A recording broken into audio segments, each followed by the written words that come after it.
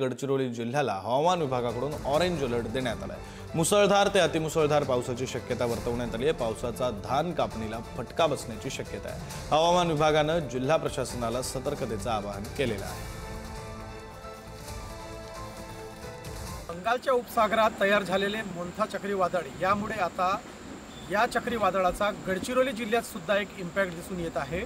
महत्त्वाचे म्हणजे आज गडचिरोली जिल्ह्यात हवामान विभागाने या चक्रीवादळामुळे ऑरेंज अलर्ट जारी केलेले आहे आणि यामुळे आता गडचिरोली जिल्ह्याच्या बहुतेक ठिकाणी मुसळधार ते अतिमुसळधार पावसाची सुद्धा शक्यता वर्तवलेली आहे।